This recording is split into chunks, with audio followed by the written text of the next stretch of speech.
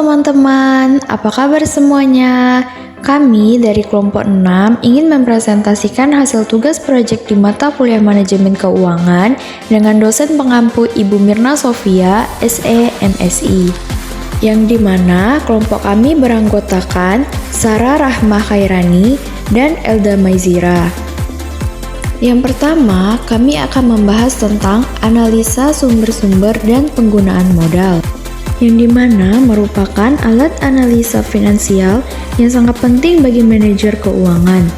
Tujuan dari analisa sumber aliran dana tersebut adalah untuk mengetahui bagaimana dana digunakan dan bagaimana kebutuhan dana tersebut dibelanjai. Dengan kata lain, analisa merupakan aliran dana yang dapat diketahui dari mana datangnya dana dan untuk apa dana tersebut digunakan. Secara umum, ada dua jenis sumber dana yang paling sering digunakan, yaitu utang dan saham. Utang bisa terdiri atas utang bank atau utang melalui obligasi. Sedangkan saham bisa berupa private placement dan bisa juga saham yang diperjualbelikan di pasar sekunder. Materi kedua, dana dalam artian kas, merupakan gambaran suatu ringkasan sumber dan penggunaan kas selama periode yang bersangkutan. Penggunaan kas disusun untuk menunjukkan dari mana sumber-sumber kas dan penggunaannya. Pada aktiva perusahaan, kas merupakan aktiva paling liquid dan mempunyai peranan yang paling penting dalam kegiatan perusahaan. Kas terlibat dalam hampir semua kegiatan perusahaan, baik secara langsung maupun tidak langsung. Elemen yang bisa memperbesar kas adalah 1. Berkurangnya aktiva lancar selain kas, 2. Berkurangnya aktiva tetap, 3. Bertambahnya setiap jenis utang, 4. Bertambahnya modal, 5. Adanya keuntungan dari operasi perusahaan. Berikut adalah contoh laporan sumber dan penggunaan kas pada PT Berkah periode 31 Desember 2008 dan 2009 beserta perubahannya. Selama tahun 2009, perusahaan PT Berkah mendapatkan keuntungan neto sesudah pajak sebesar Rp1.600.000 dan dibayarkan sebagai cash dividen sebesar Rp800.000. Dari contoh neraca di atas, dapat dibuat laporan sumber dan penggunaan kas. Berikut ini adalah contoh laporan tersebut. Perusahaan juga menyusun laporan sumber dan penggunaan dana atas modal kerja, atau sering pula disebut laporan sumber-sumber dan penggunaan modal kerja. Modal kerja di sini dalam artian neto, yaitu kelebihan aktiva atas utang lancar. Materi selanjutnya yaitu biaya modal kerja. Biaya modal didefinisikan sebagai tingkat pengembalian berdasarkan nilai pasar dari suatu korporasi yang dilihat dari saham yang beredar. Menurut A.W. Taylor, modal kerja dibedakan menjadi dua. Yang pertama ada modal kerja permanen yang terdiri dari modal kerja primer dan modal kerja normal. Dan yang kedua, ada modal kerja variabel yang terdiri dari modal kerja musiman, modal kerja siklis, dan modal kerja darurat. Konsep modal kerja ada tiga, yaitu modal kerja kuantitatif, modal kerja kualitatif, dan modal kerja fungsional. Berikut adalah fungsi dari modal kerja penting untuk dikelola. WACC merupakan rata-rata berbagai sumber dana yang digunakan perusahaan terdiri dari hutang, saham preferred, laba ditahan, dan saham biasa. Berikut adalah gambar yang dimana menjelaskan bahwa setiap penambahan modal kerja akan disertai dengan tambahan manfaat. Tetapi, tambahan manfaat ini mempunyai manfaat marginal yang semakin menurun.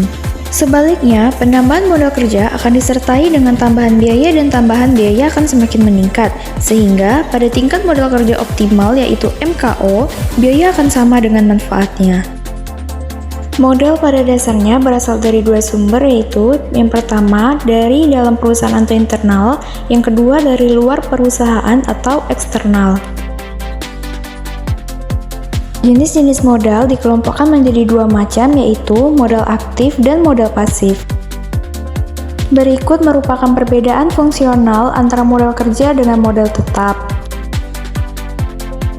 Jenis-jenis modal terdiri dari dua, yaitu yang pertama modal asing dan yang kedua modal sendiri, yang dimana tiap-tiap masing modal memiliki jenis-jenisnya sendiri.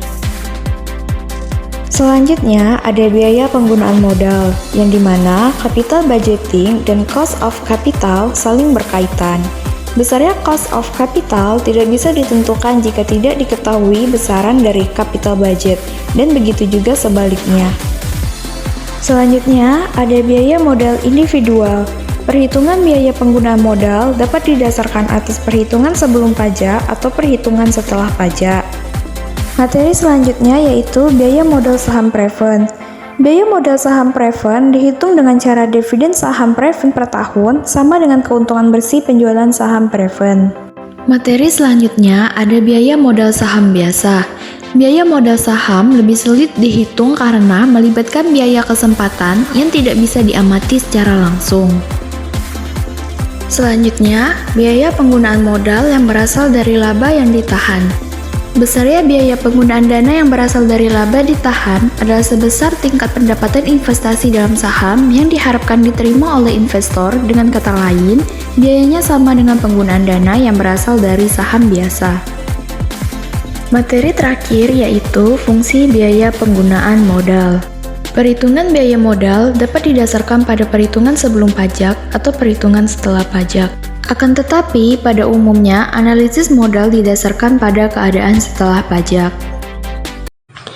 Jadi, kesimpulannya, analisis sumber-sumber dan penggunaan dana merupakan alat analisis keuangan yang sangat penting bagi manajer keuangan. Analisis ini dapat digunakan untuk mengetahui bagaimana dana digunakan dan bagaimana kebutuhan dana tersebut dibelanjai. Analisis sumber-sumber dan penggunaan dana dapat dilakukan dalam dua cara, yaitu berdasarkan kas atau cash basis dan berdasarkan modal kerja atau working capital basis. Analisis sumber-sumber dan penggunaan dana berdasarkan kas dilakukan dengan cara membandingkan antara penerimaan kas dengan pengeluaran kas selama periode tertentu. Sedangkan analisis sumber-sumber dan penggunaan dana berdasarkan modal kerja dilakukan dengan cara membandingkan antara aktiva lancar dengan kewajiban lancar selama periode tertentu. Biaya modal atau cost of capital merupakan biaya yang harus dikeluarkan oleh perusahaan untuk memperoleh dana. Selanjutnya, modal kerja atau working capital merupakan aktiva lancar yang digunakan dalam operasi perusahaan.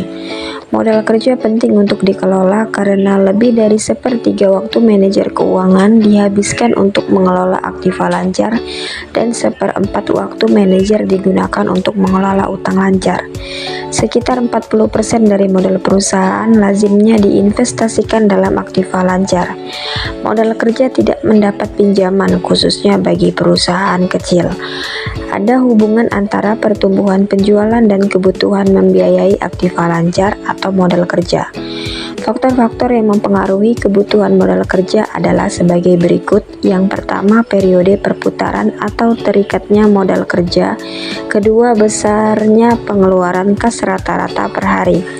Biaya modal rata-rata tertimbang atau WACC suatu perusahaan sangat memerlukan tingkat laba minimum yang dikehendaki dari investasi di suatu perusahaan.